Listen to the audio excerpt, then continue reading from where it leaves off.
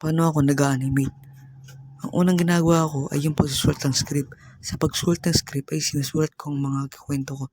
Halimbawa, mangkas kami sa tricycle. At sa pagsulat ng script ay depende sa yun kung gaano katagal yung gagawin mong animation. Pagkatapos ay papunta ka na sa pag-voiceover. Ang gamit kong pang voiceover ay yung clip-a-clip. Dito na rin ako gumagawa ng mga animation pa nag-voiceover. Dapat medyo malayo, walang ingay, na hindi nasasama sa voiceover. Pagkatapos kung mag-voiceover ay pupunta na sa pag-animate. Ang gamit ko palang app sa pag-animate ay yung clip-a-clip.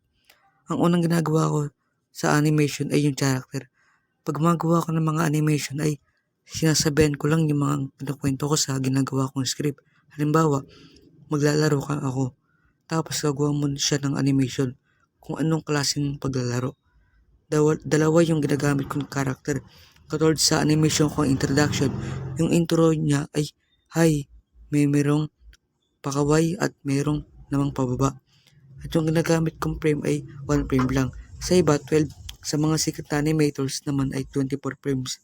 Sa 1 frame ay komportable na ako dun dahil okay lang naman ang galaw ng animation ko. Depende sa inyo yun kung gaano at anong frames ang gagawin nyo.